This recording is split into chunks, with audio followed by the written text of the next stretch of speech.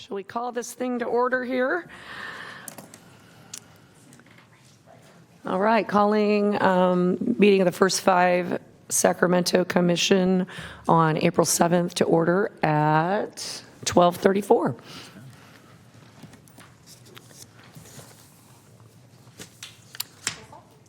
Yes, do I tell you roll? Yes, roll call, please. Okay. Chair Serna is not here today. Commissioner Wesley? Here. Commissioner Fernandez y Garcia? Here. Commissioner Gordon is not here. Commissioner Casiria? Here. Commissioner Gattari? Here. Commissioner Moak? Here. Commissioner Kennedy is not here. Commissioner Hassett? Here? Commissioner Williams? Here. Commissioner Evans? Here. Commissioner Lloyd? Here.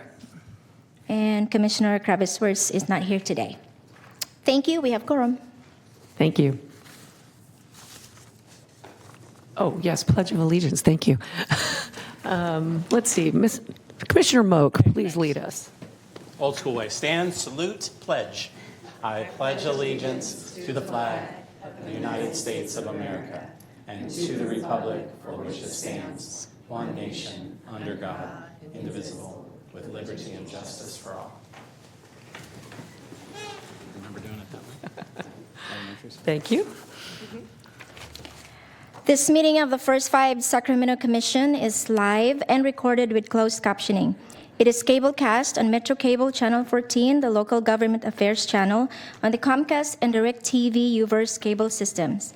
It is also live streamed at metro14live.saccounty.gov. Today's meeting replays Saturday, April 12th at 2 p.m. on Metro Cable Channel 14. Once posted, the recording of this meeting can be viewed on demand at youtube.com/metrocable14. Just to let everyone know that there's only 6 voting members for each item today. Thank you. Thank you. All right, item number 1.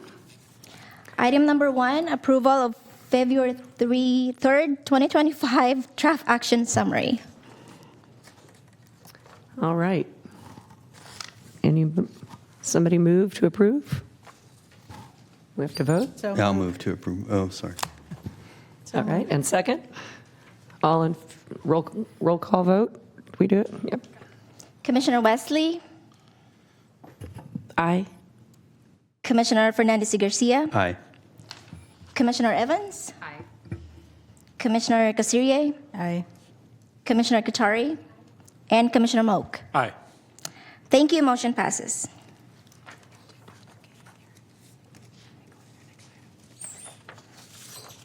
Item number 2, public comments on off-agenda items.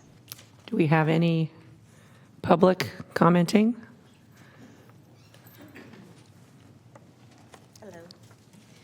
Hello, my name is Shanae LaSalle, and I am here to bring greetings from Black California United for Early Education, or Early Care and Education.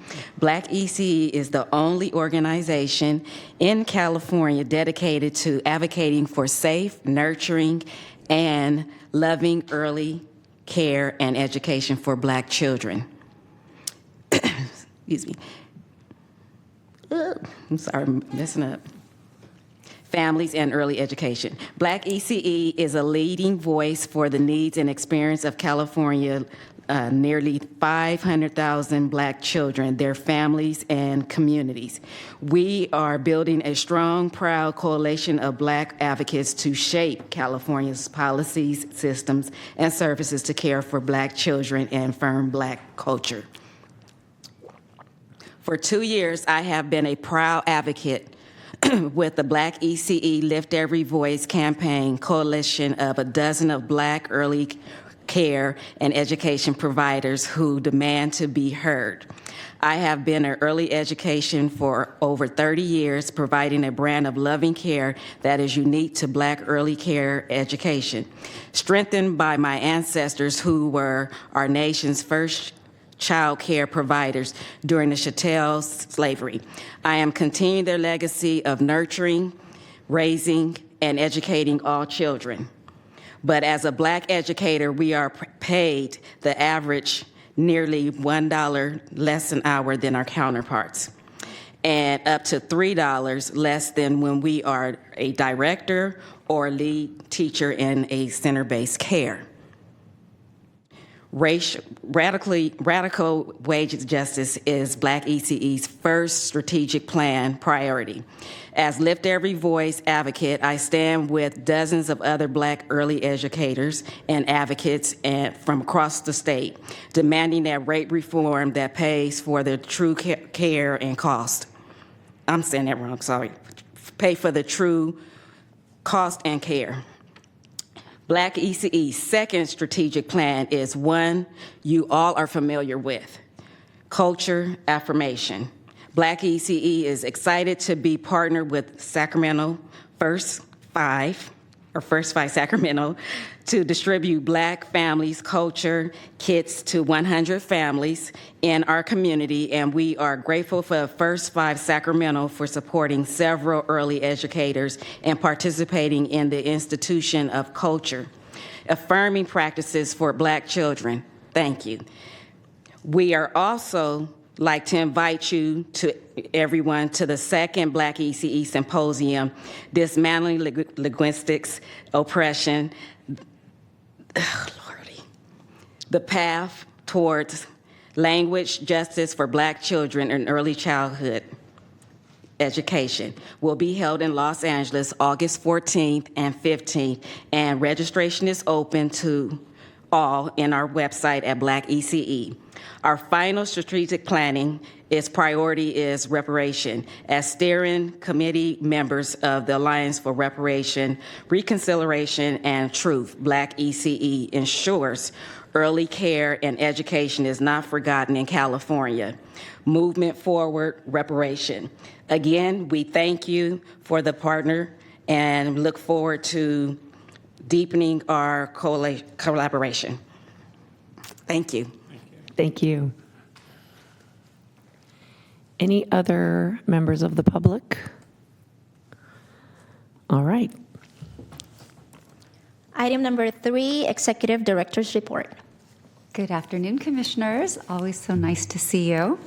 A couple highlights from the Director's Report. I'm going to start with our Regional Home Visiting Summit. So this has been so far the year for putting on summits and large conferences. As part of our Regional Home Visiting contract with First Five California, our 10-county region is going to be hosting a home visiting summit for about 300 home visitors on May 22nd here in Sacramento. The summit is dedicated to celebrating the hard work of home visitors and is really a day of wellness and peer support. There's a flyer that's in your packet, and it's really a culmination of the 2 years of our contract with First Five California. Other activities that we've done under this contract included a home visitor recruitment campaign to help build our home visitor workforce across the 10-county region. You'll get to see a lot of media coming out about that over the next month or two.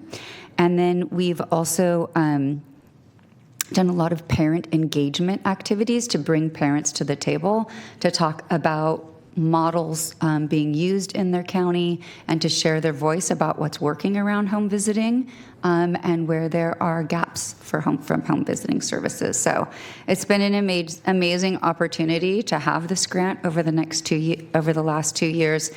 It is culminating, and with it, that was approximately, oh my gosh, I want to say like a couple $1 million.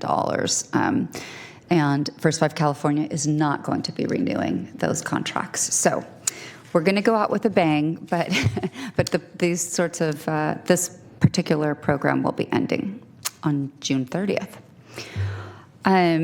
In other news, our Parent Leadership Training Institute, with financial assistance from DCFAS, thank you, Melissa, we were able to launch a second cohort of 20 parents in English, and they are working double time to try to catch up to the Spanish language cohort so that everybody graduates in June.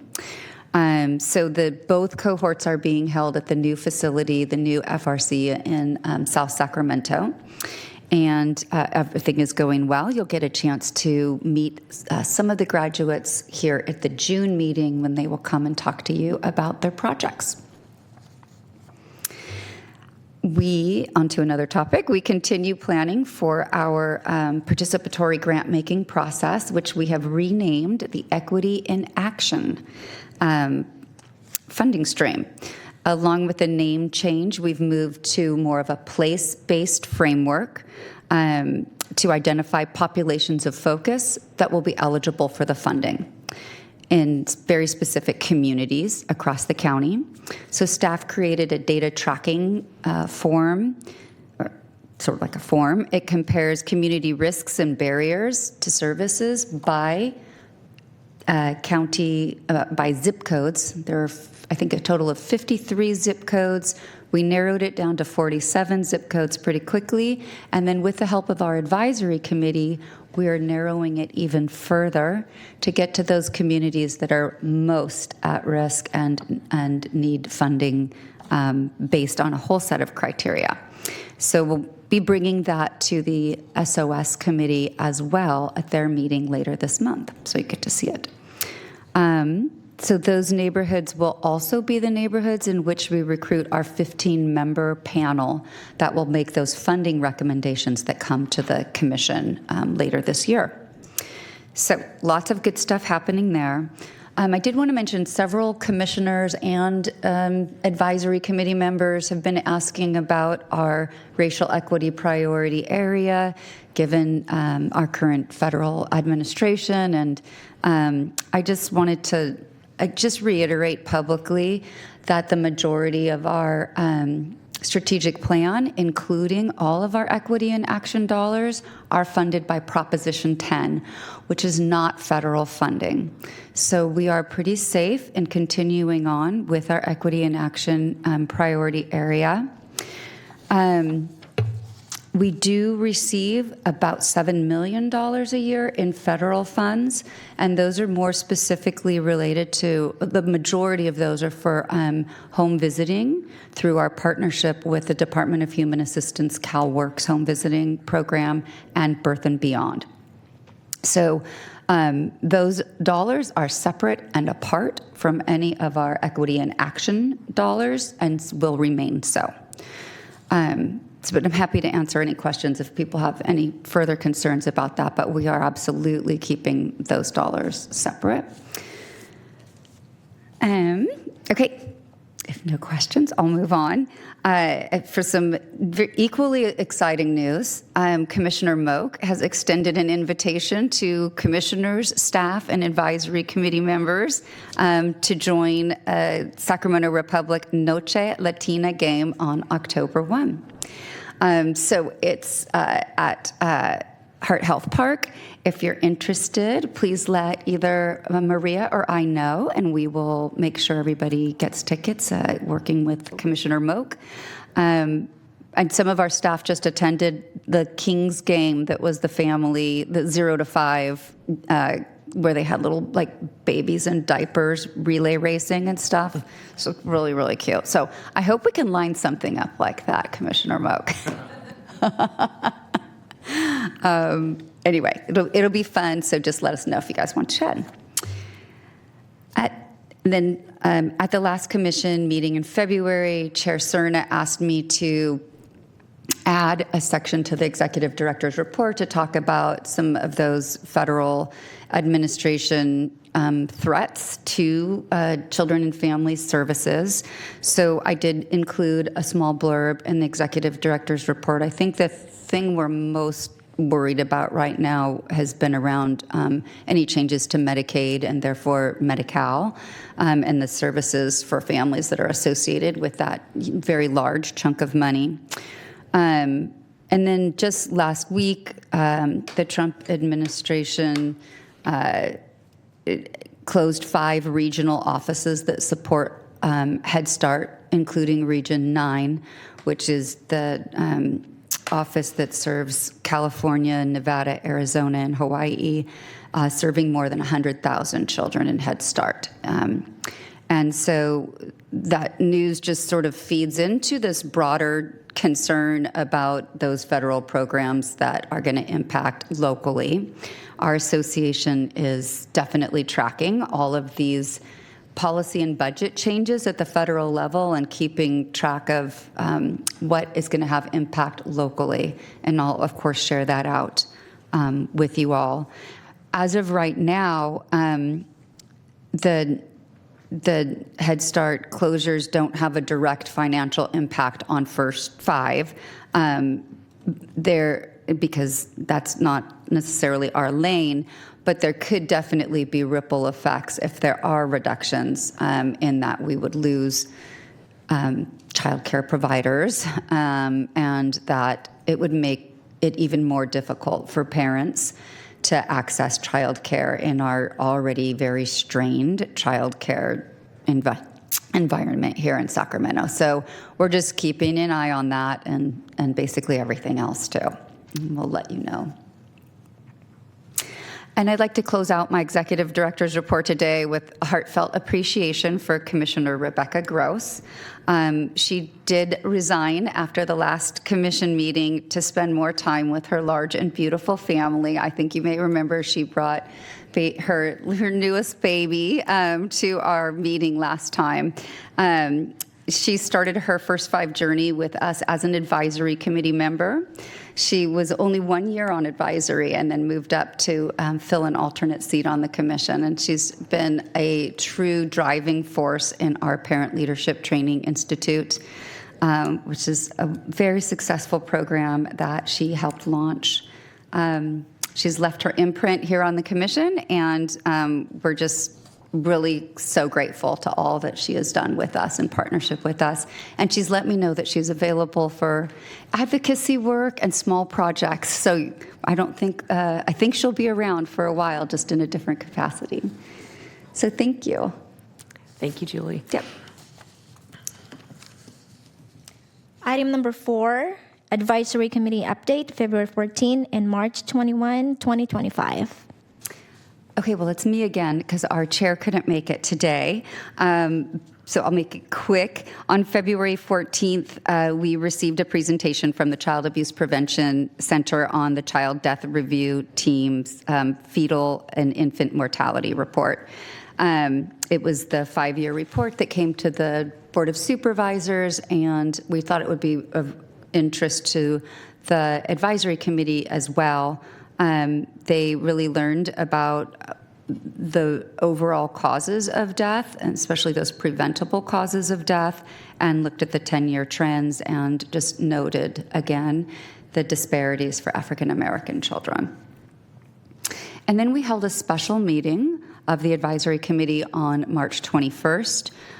We reviewed data on risks and barriers to service in zip codes identified across Sacramento County. So this was the beginning of the work that will shape the communities that we focus on for equity in action.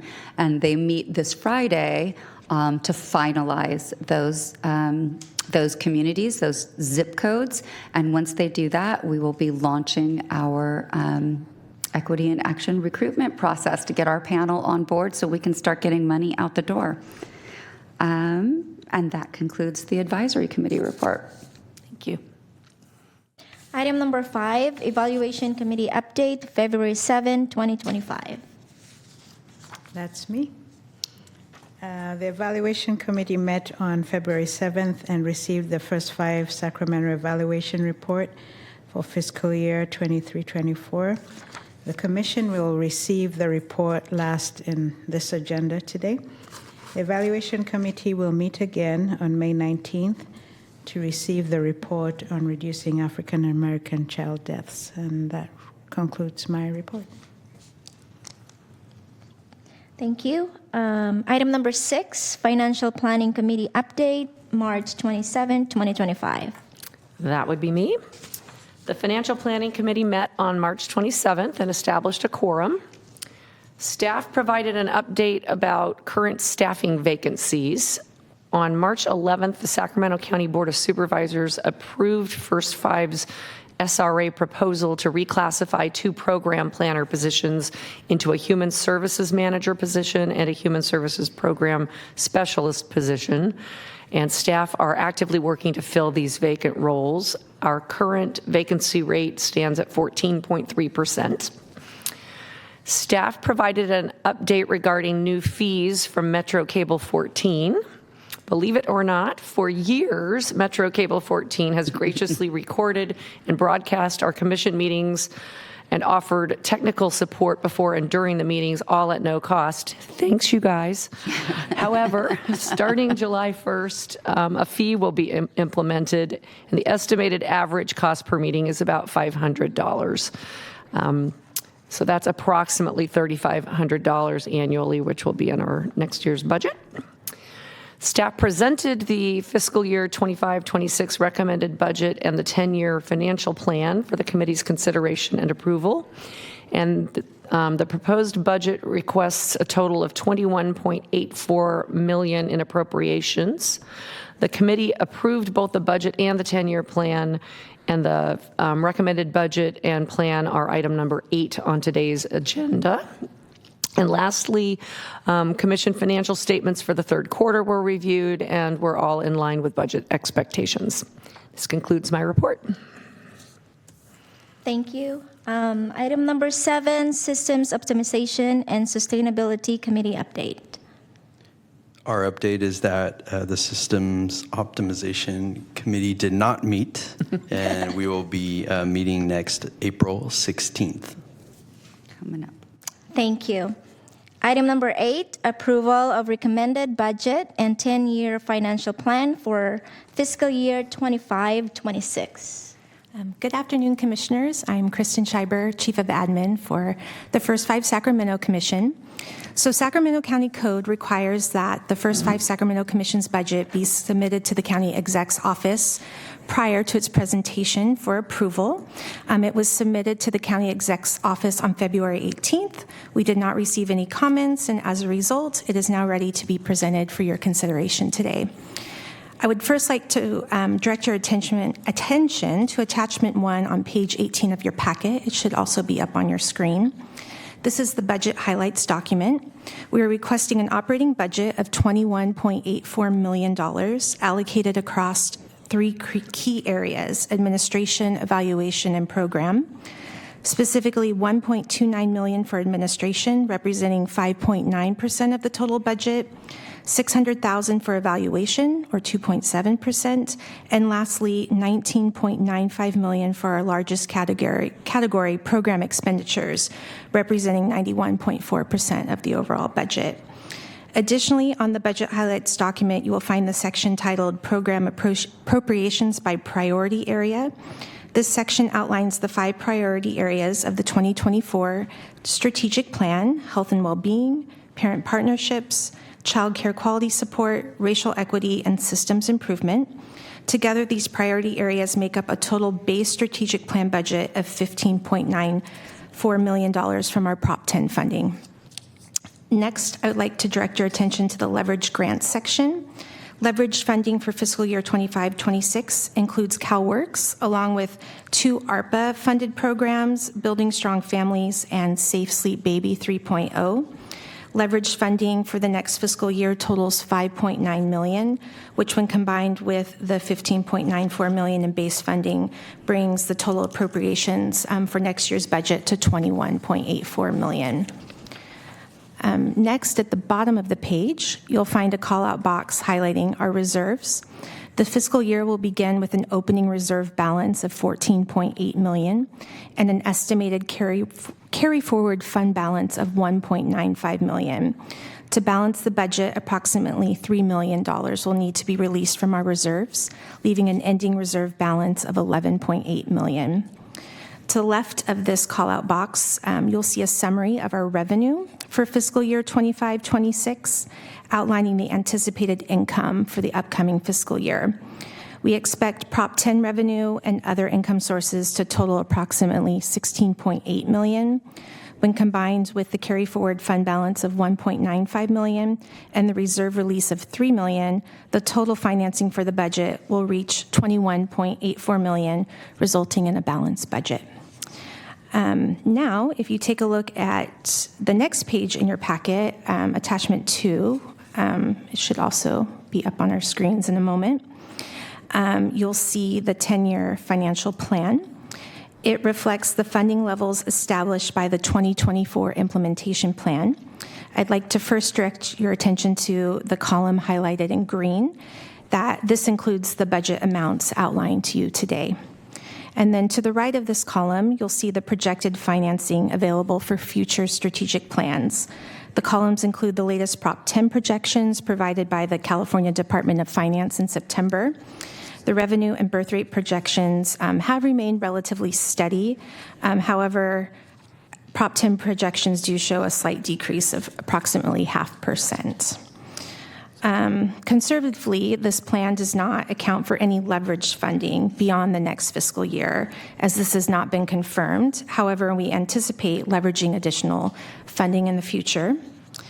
And for the 2027 strategic plan, we're currently estimating a 22.4% rejection, which is down from the 28.4% reported last year. So overall, a 6% improvement, which is good news. And this is due in part to consistent Prop 10 revenue projections, as well as the estimated $2 million in carry forward fund balance.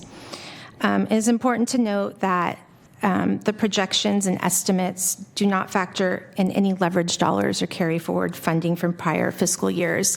And we do typically have some of that due to contracts not being fully expended, which further helps reduce the resilience on reserves to balance the budget. And with that, that includes my presentation for the fiscal year 25-26 recommended budget and 10-year financial plan. I'd be happy to answer any questions you may have. I do not have anybody requesting to speak. Oh, okay. Commissioner Moak. Thank you. Thank you for this. I know so much work goes in to a 3-minute presentation. So the reason it can be 3 minutes is because you do a ton of work on it. So thank you. There is some great news embedded within that the cliff continues to get less steep, right? That's the cliff we've referred to for the last 10 or 12 years here. The one question is, do we, within that estimated 22.4% reduction in the 27 frame, does that we include staffing related reductions and everything? Like, is that an all-in number? Right. So yes. So one of the first things that we'll be bringing to you, and Lindsay will be sharing on the next agenda item soon, is sort of the process for looking at the 2027 strategic plan. And one of the first things that you all do is approve a spending plan that tells us how much we're going to allocate to administration, evaluation, and program, knowing that within that there is staffing allocations within the evaluation line item and the admin line item and the program line item. Okay. So you all kind of give us the direction on that. And then especially within the program line item, that's where we even break it down further to say this is external program funding that's going out to community. This is internal program funding that stays within the commission to run those programs. So yeah, we do get into more of the nitty gritty as we start that planning. Sure. Okay. Thank you. Yep.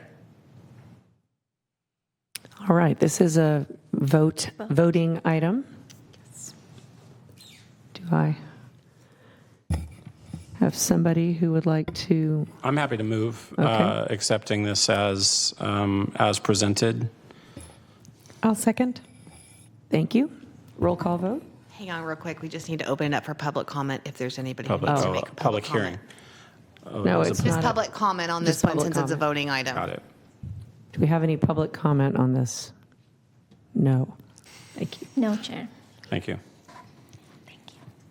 Okay, sorry, can we have those motions again? Sorry. Sure. Happy to move with the budget as presented today. Okay. Any seconds? I'll second. Thank you. Commissioner Wesley, Aye. Commissioner Fernandez y Garcia, Aye. Commissioner Evans, Aye. Commissioner Casirier, Aye. Commissioner Katari, Aye. and Commissioner Moak. Aye. Thank you. Motion passes. All right, we have a budget. Item number 9, public hearing, First 5 California Annual Report for fiscal year 23-24. Great. We're joined by Carmen Garcia Gomez, who handles this one for us each year. Do I need to open the public meeting now or after? I think we give the presentation and then you open Thank it you. for any comments. Yep.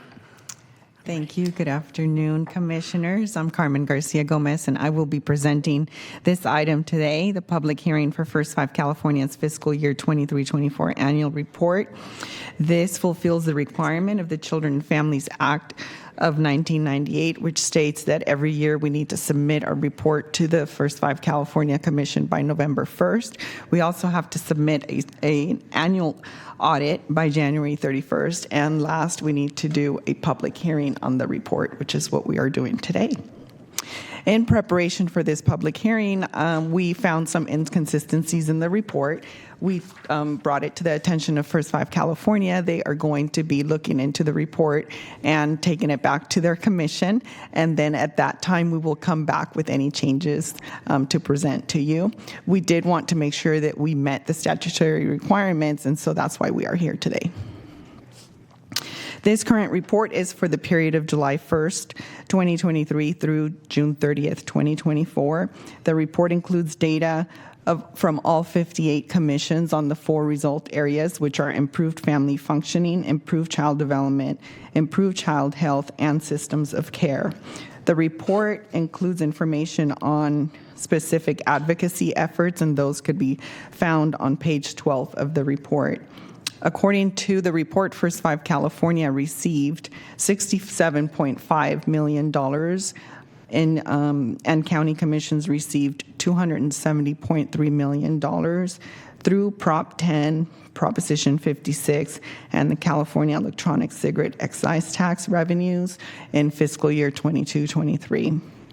Between the 58 county commissions, they provided services to just over 628,000 children and just over 555,000 adults, parents, caregivers.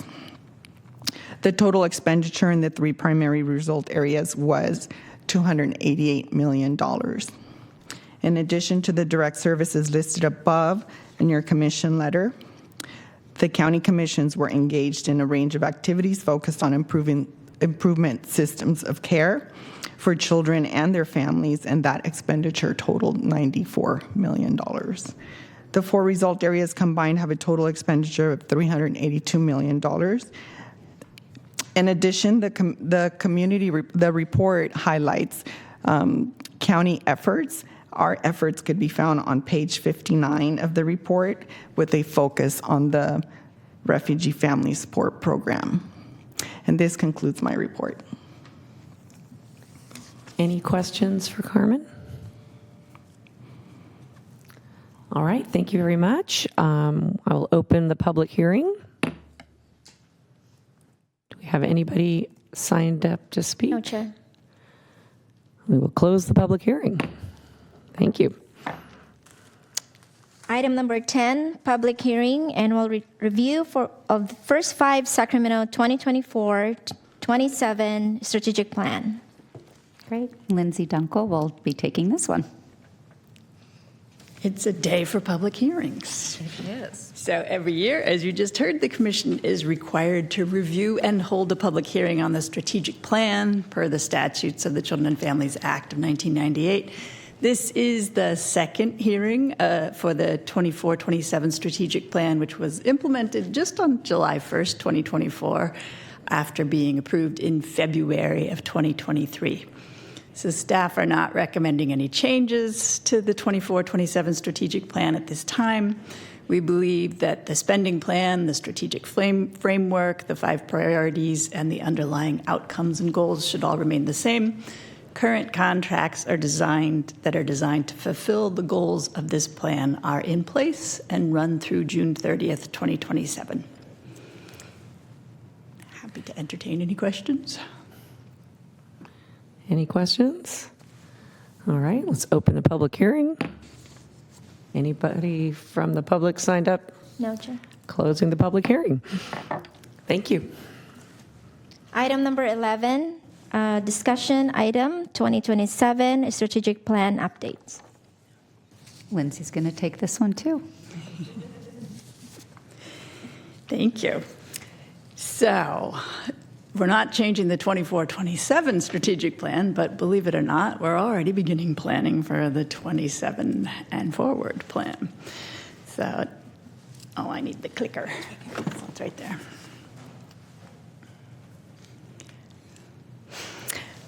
Just as a review, the 24-27 plan, when we were creating this together, the commission used a whole group process. The whole commission was engaged in the planning.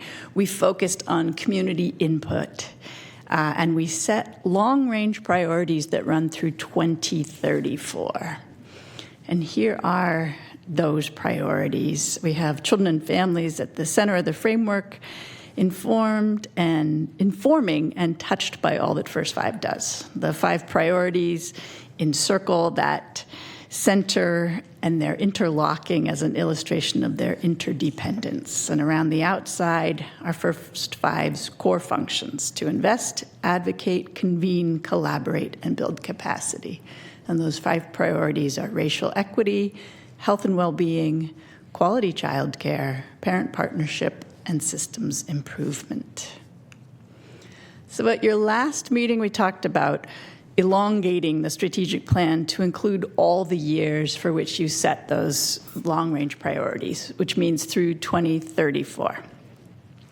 So given that, and given that our new funding is just now rolling out in its first year, staff is proposing that we maintain the current vision, mission, and priorities, and that we maintain the outcomes. There are 9 of them under those 5 priorities, and the goals, there are 14 of those under those outcomes. Because we've only just begun the work. As you heard earlier from Julie, the participatory grant-making program is working right at this moment on identifying those zip code priorities. And we have not allocated the more than $4 million under that initiative yet. So we proposed shifting the 24-27 strategic plan to a 2024-34 strategic plan, and looking at it as an overarching plan made up of discrete funding periods. So this 24-27 is the first funding period under there. And we'll move specific fiscal information about each funding period into an addendum, and we'll continue to create an implementation plan that lays out specific allocations to specific strategies for each funding period, stretching all the way to 2034. And the Commission wisely allocated funding for creating ongoing opportunities for community feedback, as well as building community feedback into every direct service contract, so that we're going to continue to include that community voice in the addendum each time. All right, as an example of what a spending plan looks like, this is the current one, which you were just hearing about on the more micro level, but you allocate money for administration, evaluation, and total program, which includes internal and external, which in the current 2024 to 27 plan is about $14.9 million a year. And as a reminder that this is tobacco tax only in the spending plan. And as Commissioner Moak was alluding to, the ever-declining funds of First Five. So we know tobacco tax is a declining fund. It was designed to be that way. We celebrate that tobacco tax is going down. This chart shows that the average annual budget under the current and last 3 strategic plans and what would be available in the next strategic plan if it were to be a 3-year plan. It's a reduction, as Kristen was saying, of 22.4% from the current plan. In 2021, the drop was 25.7%. In 2018, it was 21.6%. And we were lucky enough to hold steady between the current strategic plan and the last one. And that was in large part because under COVID, many of our grantees were unable to provide services that expended their allocated funding. So that bolstered our reserves and enabled us to hold steady. So to give you a sense of the big picture timeline, if you look at the blue arrow on the far right, we are looking at rolling out the next round of funding on July 1, 2027. So as we work our way backward from there, that means that the Commission needs to make funding decisions early spring of 27 to give staff time to draft the contracts and get them in place for July 1. And that in turn means that funding processes will need to be released the prior fall, 2026. And in order for staff to have time to craft the funding processes, that means that the final strategic plan will need to be approved by the Commission just 14 months from now, in June 2026. So this will be after the Board of Supervisors reviews it in May 2026, and that means it will come to you in its draft form just about a year from today. And then the next slide gives an overview of what will happen in the rest of 2025 to queue up that decision on the strategic plan draft in April next year. So the first decision that we'll bring to you at your next meeting will be a decision about the racial equity, diversity, inclusion, and cultural responsiveness funding, which is now, that process is now called Equity in Action Project. So as we were saying, it's not expected to start rolling out until this coming fall at the earliest. Like we were saying, we've been moving at the speed of trust with the participatory grant-making project, most recently working with our advisory committee, and they'll make their final decisions about zip code priorities on Friday. And then we can start recruiting for the community members to serve on that decision-making panel. So we're simultaneously working on gathering community input with help from our strategic plan consultant. Lead for Tomorrow holds a contract with us to gather community input, and we've decided to use a work group of the advisory committee members and Lead for Tomorrow's parent leadership group to act as a kind of steering committee for this work, helping to craft the focus group and survey questions, helping to facilitate the focus groups, and helping analyze the findings and draw conclusions. So the midpoint commission decisions this year will be on how long the next iteration of the implementation plan will be. As you know, the current one is 3 years.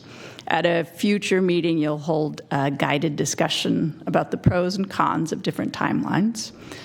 You'll also approve a spending plan, like the example that you saw earlier, laying out the allocations for admin evaluation program and both internal and external program. And then in the fall, you'll have presentations on an updated community trend report that ASR puts together for us, as well as the information that we gather from the community input process. And then at your December meeting, you'll make decisions on which strategies will be prioritized. And that concludes my report. Any questions from commissioners? All right, thank you very much. I have, sorry. Okay. I have a question. And hopefully there's no hiccup, but is there any wiggle room if anything goes astray in the timeline, like if, hopefully there isn't. So things like we don't have a quorum, or I don't know, there's a natural disaster. Again, we hope none of these things happen. But do we have any wiggle room, or is there another, like a protocol or process that we would take up if needed? Good question. We have a little more space this time around since we aren't convening you all with special retreats and that kind of thing, since we're doing it slightly differently. So I do think that there's some wiggle room. I think we're all just waiting to see what happens with the federal budget. I mean, that's like the biggest unknown thing right now. And so that might be influencing what strategies come up as the most needed. So if we had to change anything, if we had to suddenly come to you and say we really need to change our current strategic plan because of A, B, and C, we would come forward as a recommendation and say this is our reasoning for why we should do that. And if we hear from community between now and December that they are leaning in very different ways for the next strategic plan, you'll hear about that too.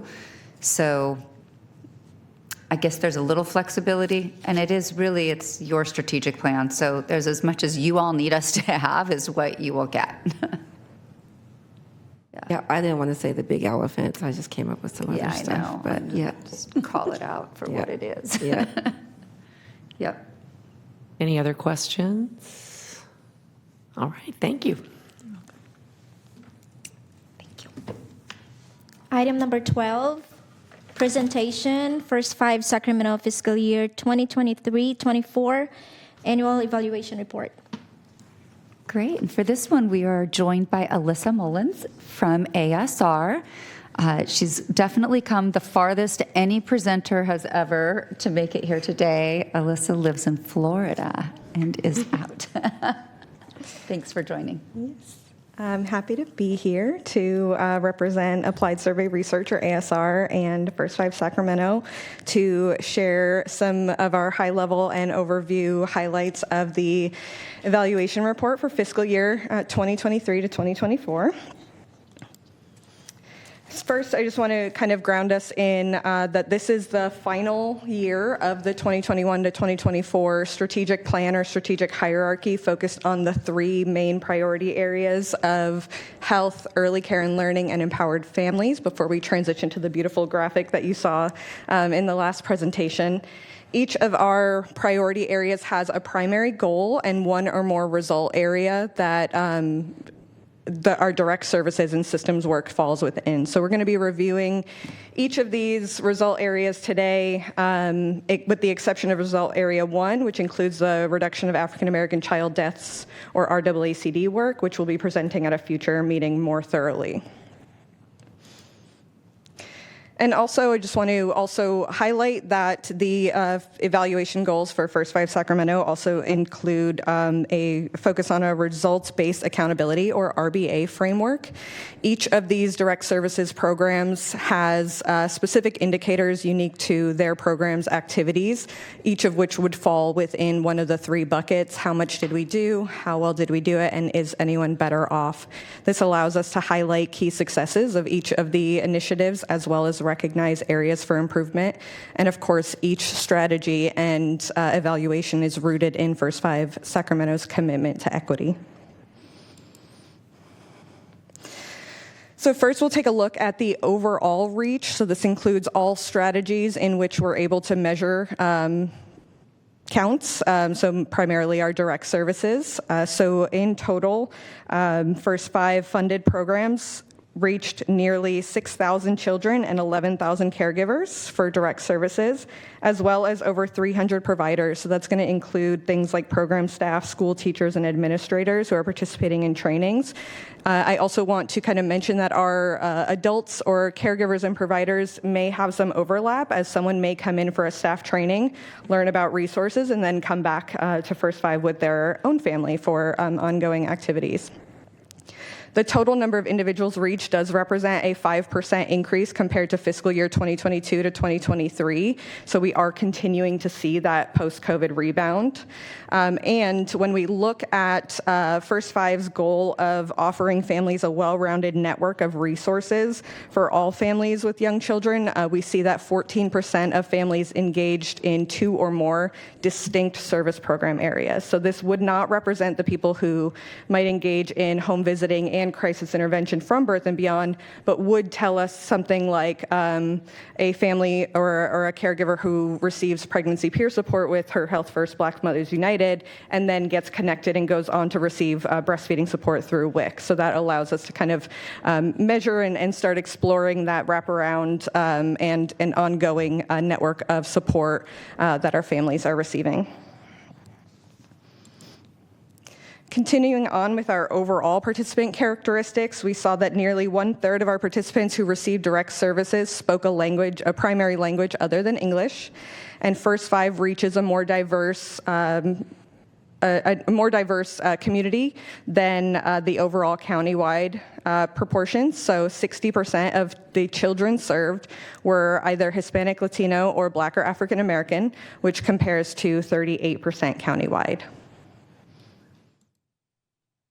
Also, in our overall characteristics, most of our programs who provide direct services have families or invite families to complete what's called the Family Information Form, and this measures key areas in alignment with First Five's focal areas. So we're able to look at our community characteristics as well as allow programs to initiate conversations as they see fit for the items measured.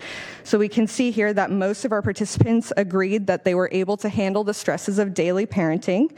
They played one-on-one with their child 5 or more times per week, and most told stories or sang songs with their children 5 or more times a week as well. We also see about 2/3 used food or nutrition services within the 6 months prior to intake, and about 3 out of 5 as well agreed that they knew which program to contact for support with basic needs at that time of intake or start of services. However, we see that less than half were reporting that they read together with their child 5 or more times per week.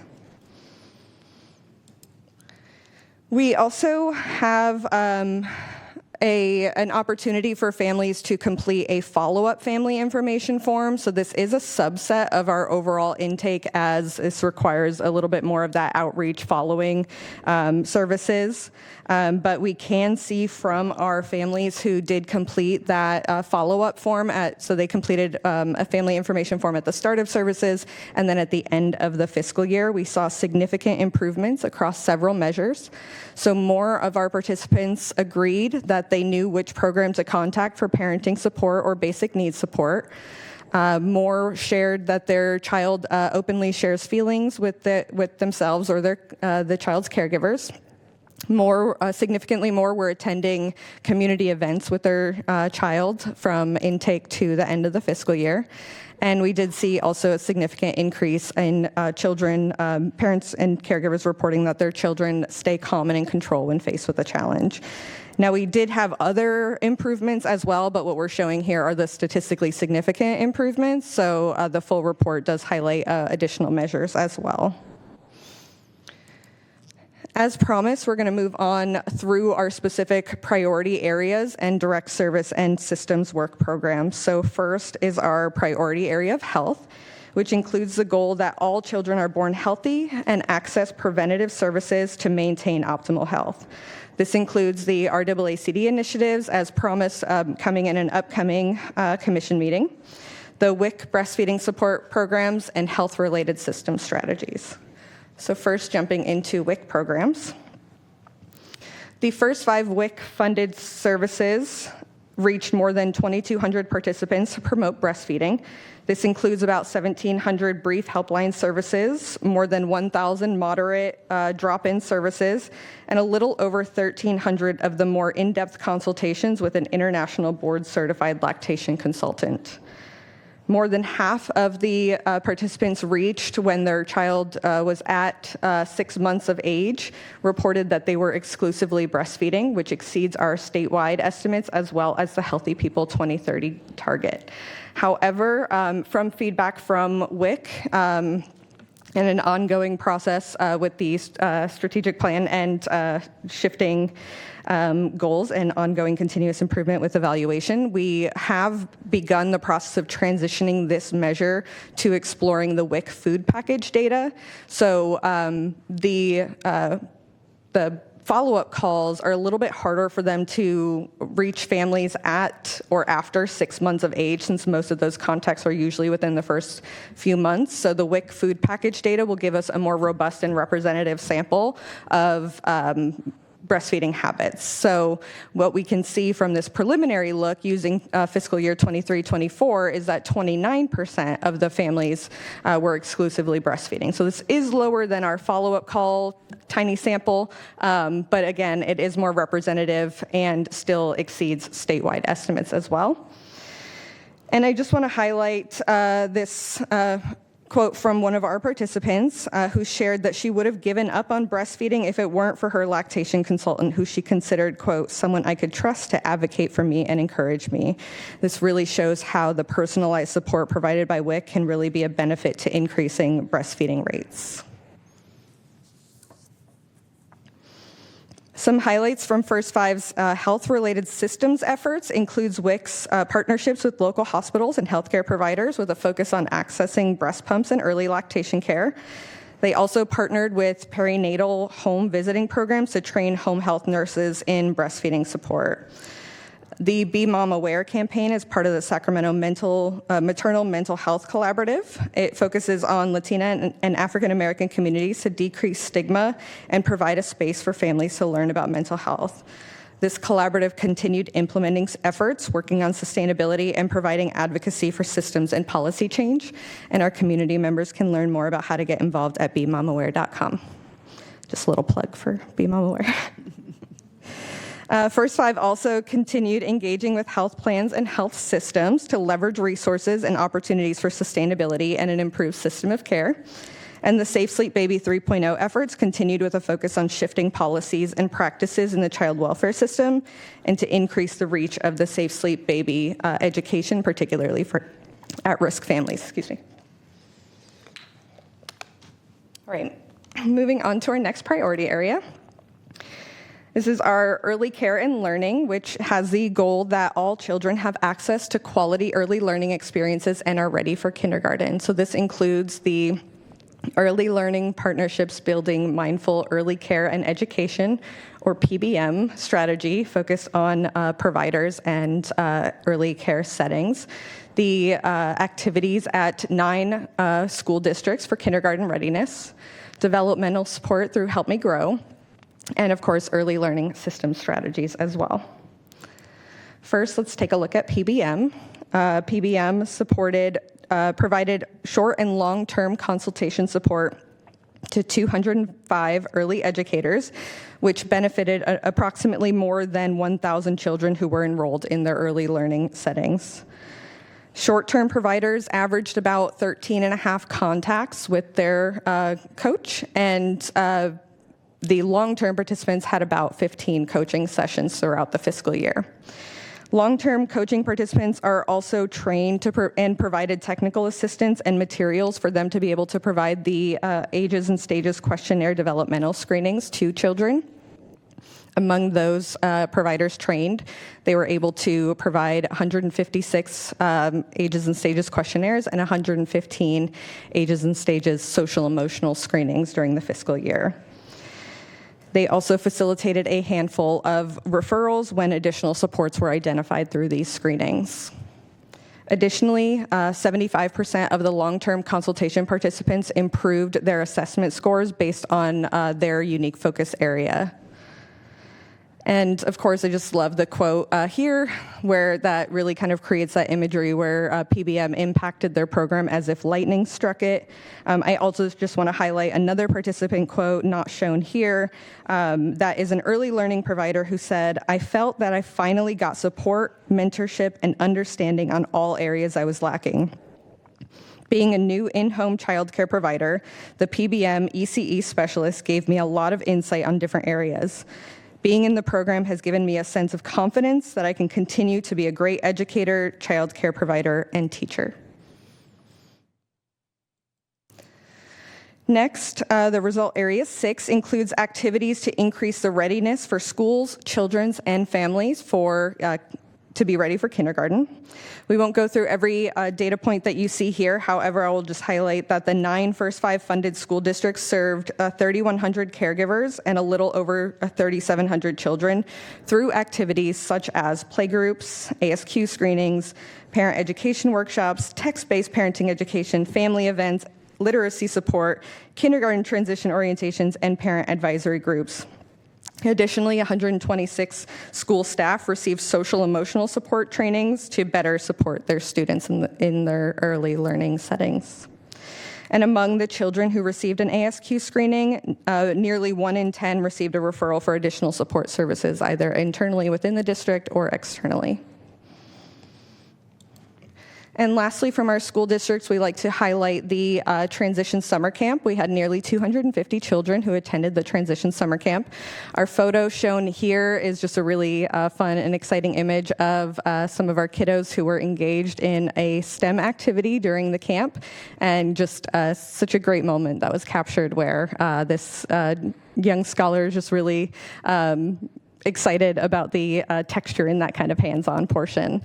So in addition to these fun daily activities, we measured the impact of the Transition Summer Camp via the kindergarten observation form at the start of the camp and then at the end. So among those who completed the summer camp and have both assessments, we see our overall readiness increased from 19% to 25%. The assessment includes 3 domains, which are kindergarten academics, self-regulation, and social expression, and we saw statistically significant improvements in the kindergarten academics and social expression domains this fiscal year. Also within result area 6 is the developmental support provided by Help Me Grow. Help Me Grow received 765 calls, completed 371 ASQ and ASQ social emotional screenings, and provided more than 700 community referrals across the first 5 areas of focus. More than half of those referrals were successfully contacted, which we see that Help Me Grow continues to be that bridge for families navigating complex systems. Our family advocates, which are the Help Me Grow home visitors, also conducted 945 home visits this fiscal year. And just to highlight, in the words of this foster parent, who shared that they were seeking support for her foster children, I don't think I would have been able to keep the kids with me if I didn't have your help and advocacy. So this family advocate was able to connect the family to programs for developmental evaluations and ongoing support, as well as child care to support the needs of families navigating the foster system specifically. And lastly, in this priority area are the system's efforts to increase access to affordable and quality early care. Some highlights include the ongoing investments in the Sacramento County Child Care Coalition. The coalition obtained a total of $950,000 in ARPA dollars to support child care needs, including stipends and family child care home startup fundings. And then the collaborative and the First 5 funded systems efforts also involved engagement in other various task forces and community councils throughout the fiscal year. Our third priority area is empowered families, which includes the goal that all families have access to resources and opportunities that support their children's development and safety. This includes the 0 to 5 activities through the Birth and Beyond Family Resource Centers, as well as the Sacramento Crisis Nursery. First, we'll take a look at Birth and Beyond. Birth and Beyond provides 4 different primary strategies, ranging from intensive home visiting to group parenting education workshops, short-term crisis intervention, resources, referrals, and case management, and light-touch social and emotional learning and support activity, or CELS activities. Across all of these strategies and all First 5 funding sources, Birth and Beyond Family Resource Centers serve nearly 4,000 families with children ages 0 to 5. Our home visiting services represented more than 9,200 home visits to nearly 800 families, which uses the Parents as Teachers and Healthy Families America model at all 9 FRCs, and the Effective Black Parenting Program home visiting model at the 2 RAACD-funded FRCs. Each year, we share CPS involvement outcomes for Birth and Beyond participants who receive Birth and Beyond home visiting. Every 3 years, funded by AmeriCorps, Birth and Beyond presents a quasi-experimental design to compare differences between the children receiving Birth and Beyond home visiting to a group of CPS-involved children who did not receive services. This quasi-experimental design allows us to identify the natural choice between the 2 individuals. This is not an experimental design where we're making the choices as to where they go, but allows us to match the 2 groups on key vulnerabilities so that the primary difference between the 2 groups is the B&B or Birth and Beyond home visiting treatment. So this report shows outcomes for Birth and Beyond participants who had an intake between March 2021 and March 2023 and had a baseline CPS event in the 6 months prior to their intake. The comparison group includes children with CPS investigation closed during the same timeframe, but did not have Birth and Beyond involvement. And our Birth and Beyond participants who received at least 8 hours of home visiting were 2.5 times less likely to experience CPS recurrence from that intake compared to the comparison group who did not receive Birth and Beyond home visiting. When we increase that to the families and children who received 12 or more hours of home visiting, they were 3 times less likely to experience CPS recurrence than the comparison group who did not receive Birth and Beyond services. And these substantial differences have been found and are consistent with prior years as well, and continue to show that strong support for the impact of Birth and Beyond home visiting. Next, 429 adults attended group parenting education workshops during the fiscal year, which included the Make Parenting a Pleasure curriculum, as well as continued implementation of the Effective Black Parenting Program curriculum as well. Participants of the Make Parenting a Pleasure curriculum showed significant improvements in their parenting knowledge and skills, and a majority of the participants engaged in the Effective Black Parenting Program showed improved total scores on their pre- and post-assessments as well. Next, nearly 3,000 families received short-term crisis intervention services, which includes, again, resources and referrals or case management based on the participants' individualized needs. And among those who did receive case management, 71% improved in at least one of their personally identified focal areas, measured using the Family Strengths Builder questionnaire, which focuses on increasing self-sufficiency and stability. And lastly, more than 1,300 families participated in one or more light touch social and emotional learning and support activities.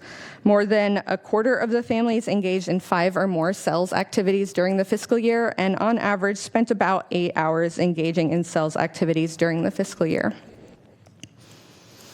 Before we move on to our final direct service program, I just want to close out with a quote from one of our home visiting participants that I think really captures the first 5 priority of empowered families. So this was a parent who was struggling with her mental health. She said it was affecting her relationship with her husband, was adding pressure onto the husband, and affecting her ability to connect with her children. She participated in the Parents as Teachers home visiting and also received connections to additional support resources such as the diaper program and counseling. So she shared that the lessons helped her deal with depression, helped spending more time with my children. It also helped my relationship with my husband. She also said that I enjoy being able to talk with someone every week without judgment. Okay, so our final direct service program is the Sacramento Crisis Nursery. There are 2 locations, provided emergency daytime and or 24-hour care to 344 children in 234 families. 2/3 of the families had 3 or more stays during the fiscal year, which highlights their ability and willingness to come back to receive support while they navigate chronic or ongoing or recurring challenges. And the most common reasons for use at each stay included employment, parental distress, or housing or homelessness. So this might include someone where a sitter fell through at the last minute and they have to go to work so that they don't lose their job. It could include a parent who feels as though their child might be in an unsafe situation while they navigate unstable housing or homelessness, or even just circumstances where the parent is in a more heightened state of distress for one reason or another and finds that that mental health break is necessary to make sure the children are receiving care while the parent is able to handle some of those stressors. And speaking of stress, caregivers who use the crisis nursery showed significant reductions in their self-reported stress levels.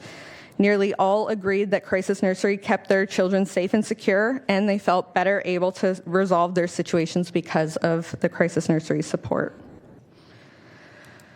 One of our newer strategies, aligned with the crisis nursery mission to prevent child abuse and neglect by providing support for families experiencing a crisis, is an evaluation or exploration of CPS involvement. This is based on a partnership with Crisis Nursery, DCFAS, and consenting families. So 300 children ages 0 to 5 received crisis nursery services during the previous fiscal year. We used the previous fiscal year so that we can explore 12-month outcomes. And this 300, the 300 children also include those whose parents had an active consent form for this lookup. So we saw that 1/3 had prior CPS involvement in the past 5 years, and 4% had substantiated CPS involvement in the 6 months prior to that initial intake or completion of their consent form.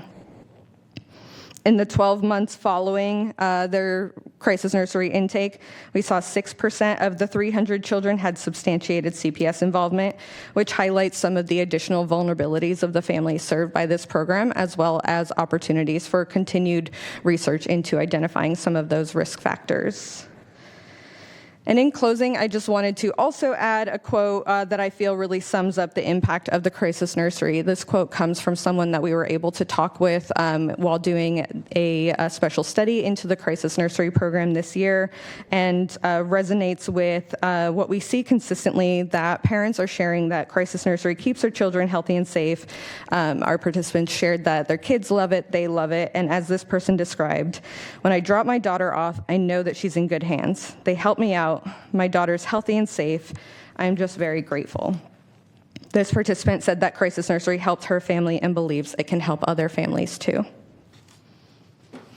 And lastly, we'll just close out with some of First Five's high-level goals for the future. As we saw in the previous presentation, we have already begun on the 2024 to 2027 funding cycle contracts, efforts, and the ongoing strategic plan and implementation.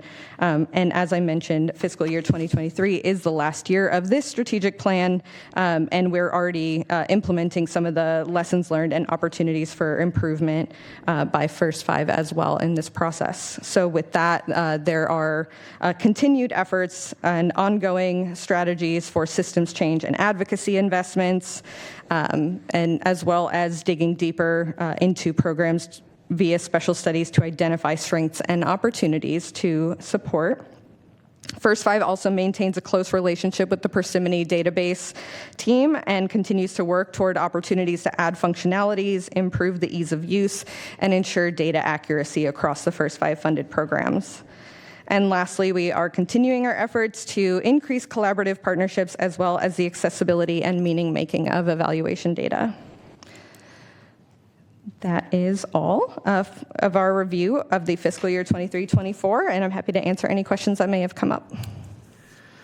Commissioner Lloyd?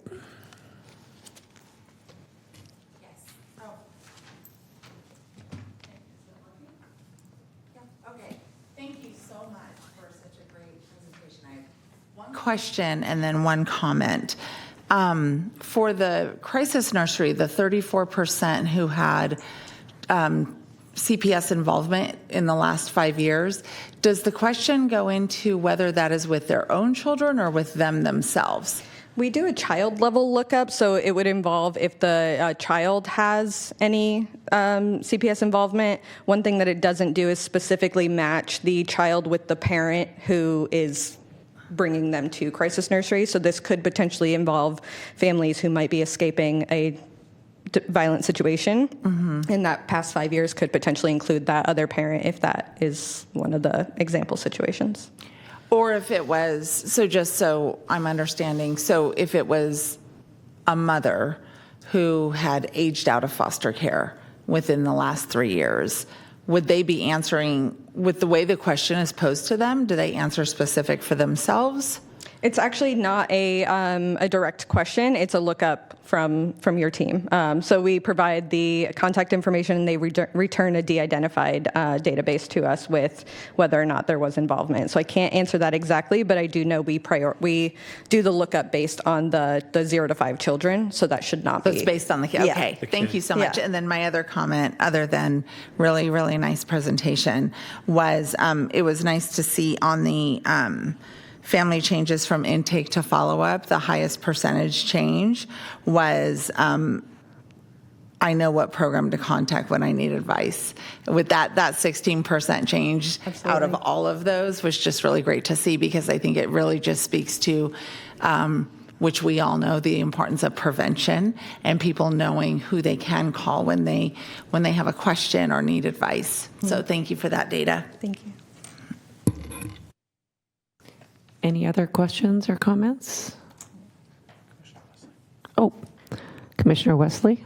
Yeah, I just, for the piece under birth and beyond, I think, yeah, for the 71% increase for self-sufficiency, how is self-sufficiency defined? Yeah, so we use what's called the Family Strengths Builder. That is a tool developed in partnership with crisis intervention staff and ASR in response to the closure of the family development matrix. So it's a 4-point scale on several items, and the goal of each item is to each one is kind of uniquely defined based on, let's say, housing. So it might say like, my situation in housing is I'm homeless versus no concern, I have a stable home, things like that. So the goal on a measurement level is to kind of increase toward that scale of more stability and self-sufficiency based really on how they define it. So it's a little bit more of a flexible tool that is involved in their ongoing resource rather than like a paper that's handed to them. So it's a measurement that we're using, but primarily a dialogue and self-reported indicator. Okay, so then it's individualized. Yes. Based on where they're starting to, okay. Okay, thank you. Commissioner Fernandez y Garcia? Thank you. Thanks for coming out. Happy to be Appreciate it. Whenever I hear these amazing outcomes, I always wonder, how do we extend that to more kids? Absolutely. Right. So I wonder if, as part of our evaluation, is there a way to measure the capacity that the services that we're giving, what the capacity is to receive more referrals, dispense more of the interventions that we're already giving? You got more money? This is what I'm saying. I want to know, like, what is the capacity? Are we under, over, Spend more, do more. Yeah. That is a great question, and I think we are at a great, pivotal moment. Wow, I just can't speak. That's all right. I've done enough talking today. We're at a great moment to be able to make that transition as we go into the new funding cycle. I will say it's not a measure that the programs themselves are explicitly asked to share from an evaluation angle, but definitely something that we can start incorporating into some of those more narrative approaches from staff to identify are the numbers that they're serving and the families that they're reaching really like stretching their resources to the max, max, or is it we know that some of our programs have been having a hard time recruiting families into programs. So I think that there's definitely a range of stories being told within the programs that could potentially speak to where that support is needed or where they might be stretched to the max. For instance, I know we didn't present the RAACD programs, but I know our pregnancy peer support, Black Mothers United, is one that we really like to highlight as an opportunity to take from pilot to policy, right? It's a great, they have great results where we kind of show that, but caseloads of the pregnancy peer support coaches may vary based on the fiscal year, their staffing capacity, things like that. So I'm sure if we had some of our program representatives in the room, they could speak more directly to that, but we'll do our best to start incorporating some of those narratives into evaluation as well. Thank you. Commissioner Moak? Just on that, I'm sorry to be so cheeky about it, but I do feel like that's been what's been in front of us for cycle after cycle, is looking at what's doing well from a measurement perspective and from a research-based perspective, and then making decisions, funding decisions, and others hard decisions, based on that information. And I think one of the challenges, especially when you're looking at a 22% reduction moving forward, is, it's not quite apples to apples for some of these programs that are relatively new and are moving the needle. Maybe not as much as other programs are or have been. I mean, the Birth and Beyond program, Crisis Nursery, those are two that have been around for 25 years. And so there is definitely a cachet behind those. It goes to your point about the fact that people are able to indicate who you call, where do you go when you need a resource. Some of that is because it's been ingrained into our community vernacular that people just know that that's a place you go. And so I know years ago when we were faced with reducing sites and going from 9 to 6 or 10 to 7, like there are massive ramifications of that, although it's an easy cut on some level to reduce because it cures a big gap. It becomes challenging, and that's why I think we'll be challenged yet again. 22% is not small, but I do think that lining things up side by side and trying to figure out what the best, kind of bang for our buck, knowing that if you do invest more in some of these areas, you're going to get more. It's always been the case. We've always seen it. So I don't know, man. It's fantastic to have this information. It's also a little scary because of what it represents. It just makes the case in some cases clearer for what should stick around and maybe what should be scaled back in a time where we just don't need more scaled back, especially what's going on from the federal government and beyond. So hopefully in 27 it's a different... It's not quite a different day, but close to a different day. In speaking to the Crisis Nursery, we had a really great partnership with them this year to be able to do one of the special studies, as we described as one of the priorities each year in evaluation. And so we not only spoke to families who use the services, but also to staff, asking them what can be improved, what are you all doing really well, and consistently the challenges were, we need another site. Right. Like we have 2 sites for the whole county, or we need staffing, we need competitive staffing, we need stable staffing, we need people who are really invested in this work so that we have the ability to train and keep the people that we need. So we definitely see those challenges, those structural level challenges come up in our special studies as well. For sure. I mean, it goes, sorry to belabor this, but many of you know I work for a sports team and have worked for a couple sports teams. And one of the ways to sell more tickets is hire more ticket sellers. It's very simple, actually. So if you want to sell more tickets, then you need people to do that. And I mean, that's what I'm sure the heads nodding from the crowd, like they know this, they see this every day, and retaining some of these great people that are moving these programs along is vital. So yay us in 2027. You took that like a totally different direction than I was intending, yeah. But it's cool. Yeah. I agree with you. I was thinking more as a pediatrician when I'm deciding where to refer, and making it. When you activate a family to do something, you want that something to happen, right? Or else you lose trust, you lose their motivation to carry out the different behaviors that you're trying to induce. So that's why I wonder about capacity. Birth and Beyond is amazing, and if I hear we could do more, I'm sending a bunch more people, right? And I'm activating my colleagues to do the same. Not that I wouldn't anyway, because I tell everybody to refer to all of our services all the time. But we do, as providers, have to mitigate that excitement and choose wisely where to activate our patients to go. That's what I was talking about. Yeah. Julie? Sure, I just wanted to chime in as well to touch on a few things. Yes, when you talk about bringing things to scale, right? We can look at a program like Black Mothers United and say, there's this finite number of 1,900 to 2,000 African American and Black babies being born here every year. We see the impact that the 100 or so served in Black Mothers United is making. This, could clearly be an area where we could expand.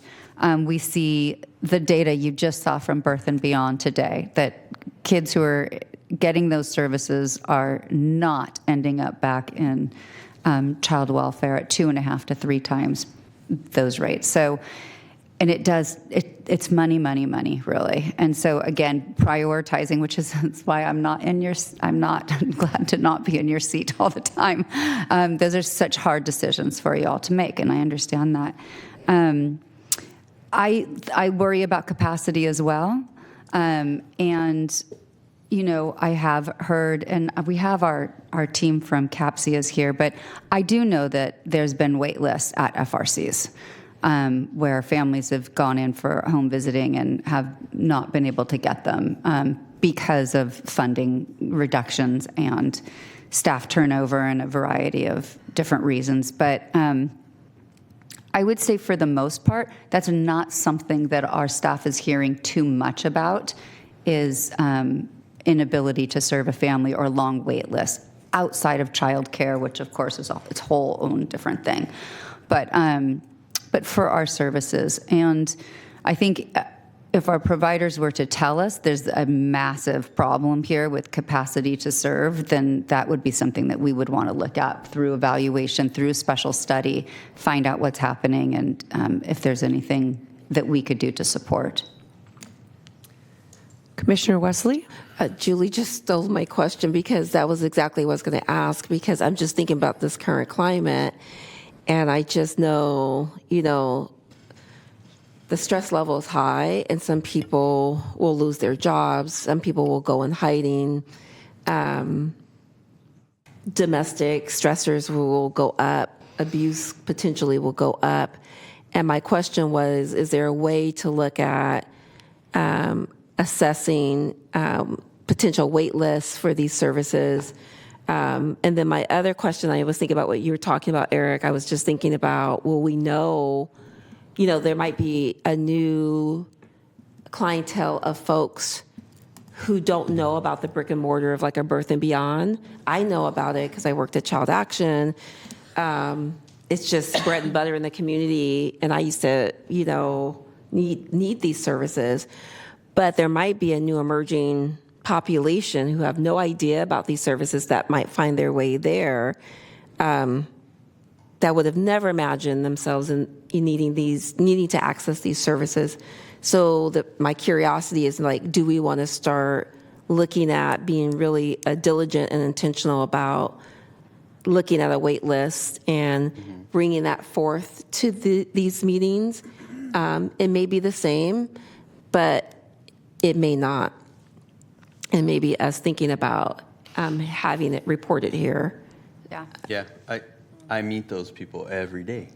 I have a patient who I showed the map of the local FRC, and she said, "Oh, that's right across from my house.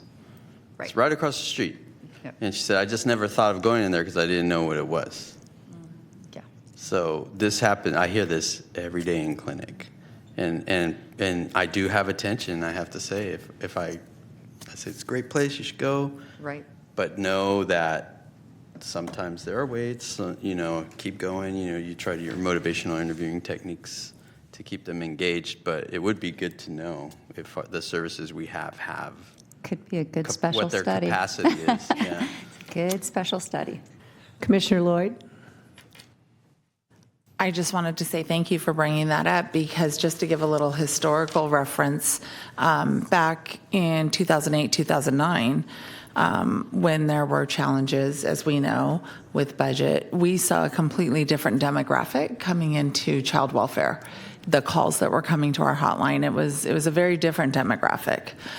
We did have more middle-class families that we were getting calls on, and circumstances of domestic violence and substance use. So I do really appreciate you bringing that up, because we can learn from history in terms of somewhat being prepared. Thank you very much. Appreciate the presentation. Yeah, thank you for having us. Do we have anybody else? Do we have anybody signed up to speak on anything? No, Chair. Okay, thank you. Item number 13, presentation, SAC Family Connect. All right. Very exciting. And I'm going to let Alejandra Labrado take this one. Thank you. You got the video coming up? Great. Thank you. So we'd like to provide a demo for you of our new website, SAC Family Connect. And this website has been a long time coming, just because of the thoughtful process that we took in engaging the community and community partners in the development of this website. So before we get into the website, I just wanted to give you some background about how SAC Family Connect came to be. First Five California, thanks to their funding in 2020, we were able to establish this home visiting coordinating collaborative.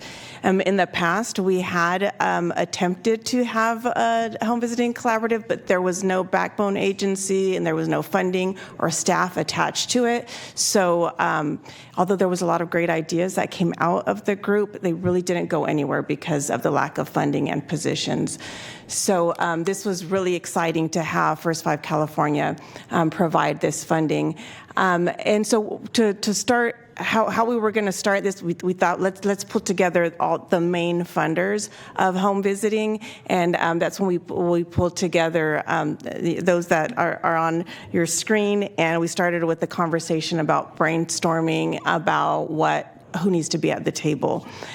We had to ask some internal questions about how could we dismantle silos across all of our agencies and work better together to coordinate services, not duplicate services, and give parents a choice in what services that they want to receive. So interesting, the question that just came up about capacity is that there shouldn't be a wait list with the resources that are out there. So it's not just our First Five funded programs that families have access to. So we hope that with SAC Family Connect, that's something that we're going to start seeing, so that you can refer some of your patients, whether if it's not a First Five funded program, there are other programs that could alleviate some of that stress, and to highlight the expertise of the different programs that are especially for specialized populations.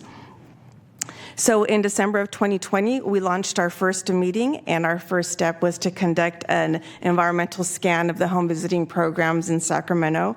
There was many fruitful discussions that came out of this, and this led to the development of our MOU, which I will share with you shortly.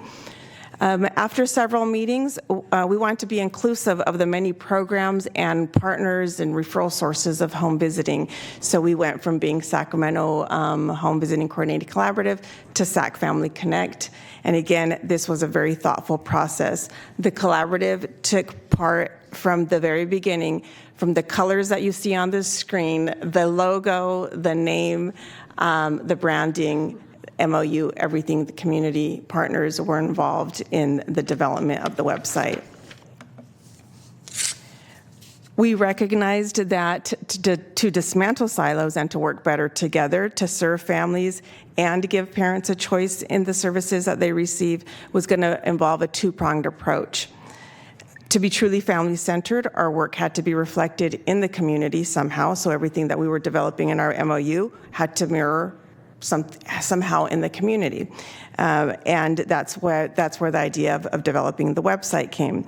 And you'll see a description of that two-pronged approach in your packet. I believe there's a two-sided document.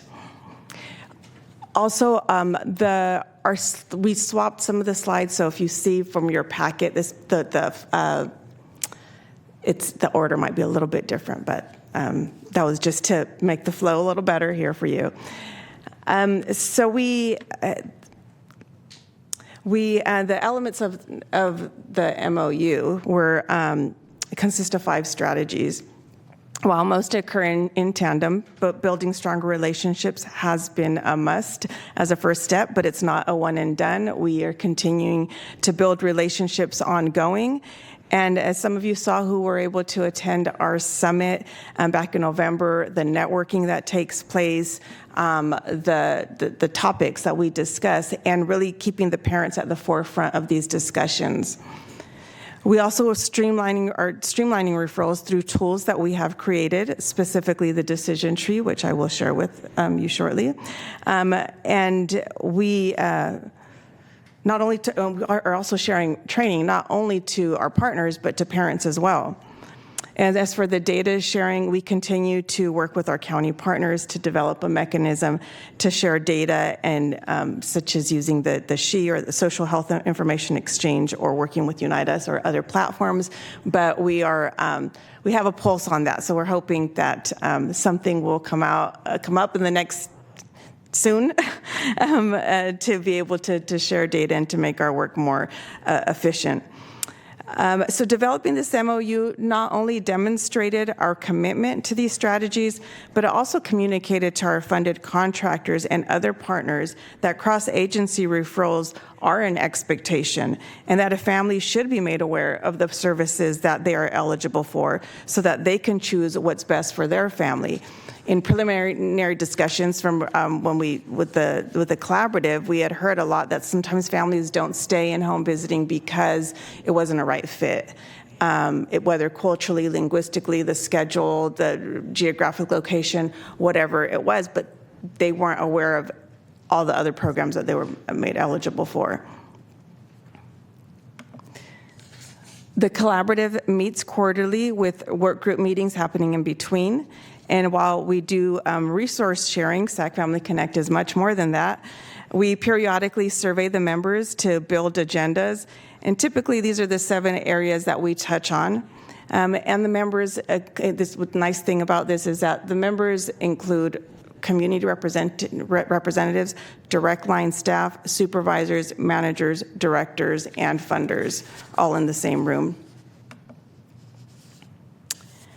So one of our first tasks after the MOU was to create this decision tree for home visiting that can serve as a tool not only to our home visiting programs, but to any provider that serves families, hence that no wrong door approach, to ensure that more appropriate referrals are made and reducing early exiting of the program because it wasn't a good fit for the family.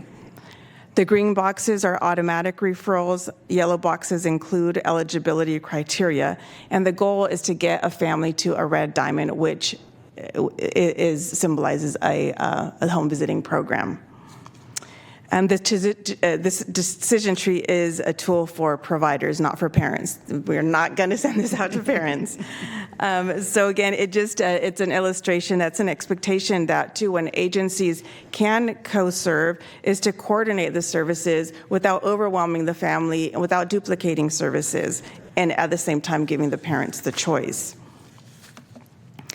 So I know that was a quick glance of the decision tree. So. Without having to walk you through it step by step, I just wanted to show this quick slide as at a glance, a summary of the home visiting programs. The red diamonds, the specialized programs are those in dark gray. So if someone does not qualify for a specialized program, then they would be referred to B&B. And since the specialized programs have shorter time limits, if that family needs continued support, that should be an automatic referral to B&B. So there's that continuum of care if they choose to do so. And there's also a relationship between the multiple agencies. And all families should be made aware of the neighborhood resources being an FRC in their neighborhood, and if African American, a CIL in their neighborhood. On the website, we have a providers tab where we have created tools for agencies and especially for onboarding staff. So you'll see the decision tree on the website under the providers tab. But we also created a short animated video that any agency can use to learn about the different program eligibility requirements so that they can make more informed referrals. On the website for providers, there's also a place to share training opportunities and much more. So, for example, we had through another funding source with First 5 California, we're providing training on wellness and workforce development for our home visitors. So we were able to share through this website about for our home visitors to be CPR certified. So here in Sacramento County, we're happy to say that about 50 home visitors went through CPR certification, and this was not available to just our First 5 funded home visitors, but to any home visitor in Sacramento County. And then since we did this as a regional effort, the other 10 counties also had their home visitors certified. Another strategy of SAC Family Connect is to uplift the community voice. Not only do we have community representation at meetings, but parents have meaningful roles. At our summit last year, that we had 10 parents who participated in the parent panel, and they led activities to ensure that all the discussions that were taking place were family-centered. So if a discussion kind of went towards a broader discussion, it brought them back to, okay, well, let's see how does that impact the family. So again, we want to ensure that the families are at the forefront of every discussion. The website also has an area where parents can share their stories, and we will also be using this space to collect community input during our strategic planning process. Since we don't have time to go through the entire website, what I'd like to demonstrate for you is the user experience. We did do a soft launch of the website last year to get feedback from parents, including our parent leaders, and we have since then made improvements based on their suggestions. On the landing page, the user will have two options: to either navigate the website on their own to find resources, or they can click on a button to complete a simple form that will generate a list of resources that they are eligible for based on their entries. When choosing to complete the form for filtered resources, there are specific services that are prioritized. For example, to highlight the importance of maternal mental health, if anyone, regardless of what they're looking for on their website, if they've entered that they are either pregnant or have an infant, automatically on top, Be Mom Aware is going to be there. Every user will then see the home visiting program that they are eligible for starting with any of the specialized programs, as you saw in the decision tree. If they're not eligible for the specialized home visiting program, then BMB will be on the top, and followed by the desired resources, why they came to the site to begin with, their neighborhood resources, and we've also added some culturally specific programs to strengthen families by connecting them with others like themselves. So lastly, this SAC Family Connect does not replace 211. We want to make that very clear. The focus on SAC Family Connect is very specific with family support services programs. The list that the parent receives if they do the filtered resources, it shouldn't be 100 agencies that they get the runaround for anything. That's why they're filtered. This is why the list is filtered based on their entries. Usually it might be maybe 5 or 6, 7 resources. However, when the individual meets like the eligibility requirement for multiple programs, it will be a little longer, probably maximum 12, 10 to 12 resources. And we're confident because the priority is those home visiting programs and those that you saw in the decision tree, that whichever agency they do connect with, that agency will help them navigate through any of the other needs that they have. So I'm going to demonstrate for you the user experience when they choose the to filter resources. And we're going to use Marie as an example to walk you through this. Marie is African American. She is 3 months pregnant, and she needs parenting support because she's concerned about her 3-year-old's behavior, and she lives in the 95821 zip code. Now, I'm not doing this video, and this is a video. It's for the purpose of this demonstration. It's not in real time. So,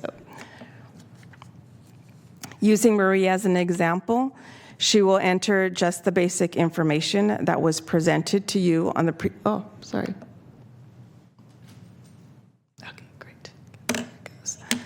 So, using Marie as an example, she's going to enter what was shared with you on the previous slide.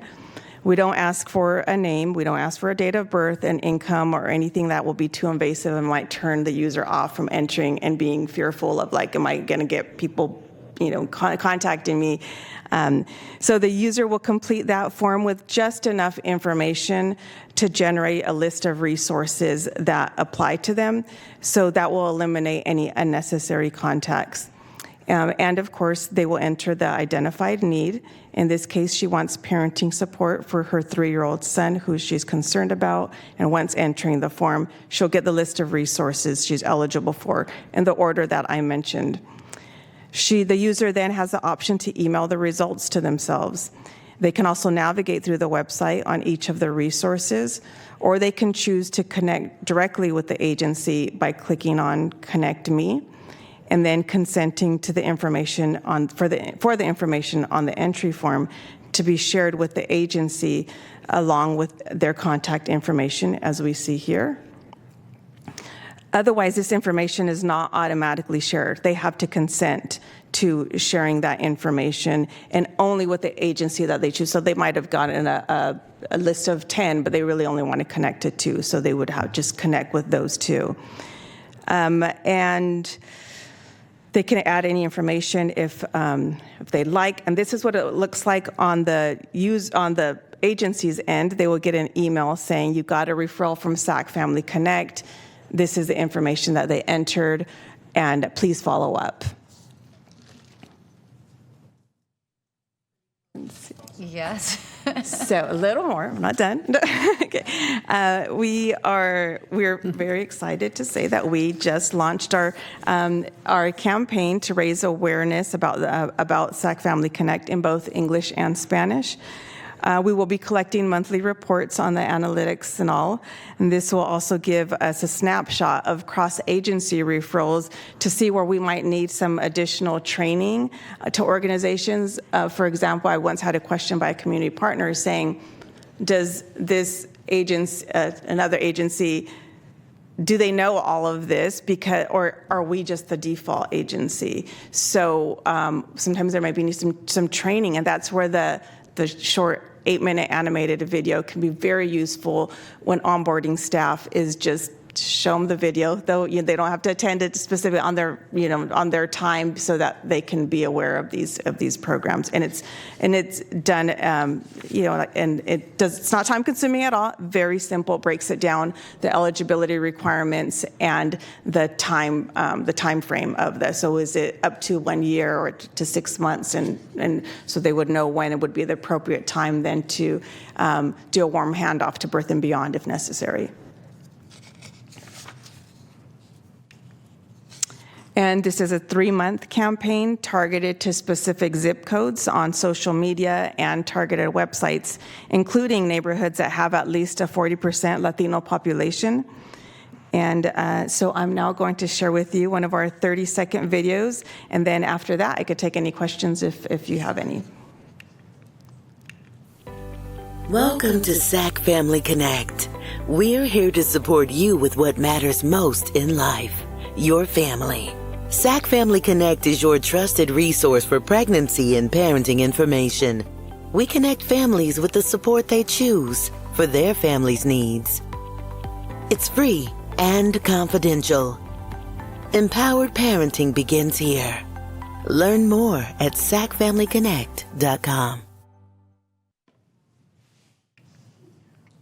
Okay. So that is SAC Family Connect in a nutshell, but we do encourage you all to just navigate through the site. You could even put some pretend scenarios in there to see if the right resources come out. We're open to feedback. These are the beginning stages, so if there is something that you identify that maybe should be there and it's not, please let us know. And as far as SAC Family Connect meetings, again, we meet quarterly. These are the meetings for 2025.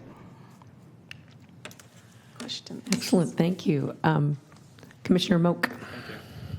I apologize. I've got to run out for a quick meeting, but before I went, I wanted to congratulate you. That is a massive, massive undertaking. To see where the Home Visitation Coordinating Council started back in. I remember I was going to mention that. Like Nancy Van Dyson, ago. like all that, right? Like it's crazy. It's so great. I, in a kind of on another side, as Beth knows, as some of you know, I host a television show from 10 to 10:30 every day. It's a lifestyle entertainment show. We showcase cool, new things that help families and are part of kind of the ethos of Sacramento. So if Aaron, you want to reach out, we can get this slated. It's a perfect thing to showcase on the show when you're ready, or when you want to send people from SAC Family Connect to the show to make their TV debut. Thank you. Alejandra's been pregnant with this for about 19 months. She's very happy to finally give birth to this. Overdue. Is it way Maybe overdue? longer. Way overdue. He's ready to go to kindergarten. Look at this baby. Okay. Any other comments? Yeah, it looks great. So look forward to hearing how it works. Yeah, it's so exciting. And really one of the reasons is that families don't know that they want home visiting. Like no parent raises their hand and says, you know what I think I need is a home visiting program. So this is like our backdoor way to get them connected to a home visiting program and to have it be truly the parent's choice. Because we are resource rich in Sacramento County. We have at least 10 different home visiting programs that are operating, some of them for like really specific time periods or race, ethnicity, or is it your first pregnancy? These specific programs are where the family should be going to or should have the first opportunity to join those. And then every family can have home visiting through Birth and Beyond, right? So it's like that whole continuum. And yeah, it's so exciting. So we're really happy to share it with you. And we can present it anywhere. If you have places other than on TV, like right. Well, actually, I mentioned the tools on the providers tabs. If anybody is a part of a network or a coalition and they would like to, we've created the presentation slides so they could be shared at any. Anybody who's a part of SAC Family Connect can share it. Right. It doesn't always have to be me, so anyone else could do it. So yeah, I'm looking at the provider tab now, and I do think you will have to do a lot of education of us because there are so many different ways to refer people to different things now, like to undo all of the processes that we've created with something simpler is actually hard. It is. Yeah. I presume we're capturing the analytics about what people are typing in to those forms. That's great. That'll be interesting to see what that looks like. Yeah, you'll get a future evaluation on it. Great. Be included. Is there a way to do the hospitals know about this? Because that's where you start would love feeling. to spread the word to the hospitals who don't have the time to talk about all the home visiting programs, but you can hand them a QR code and say, go to SAC Family Connect. So yes, we would love to spread this information. That's great. Any more comments? Thank you. Thank you.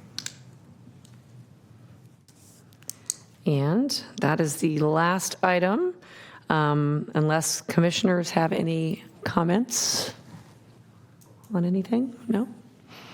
All right. Well, thank you very much. We will adjourn at 2:27.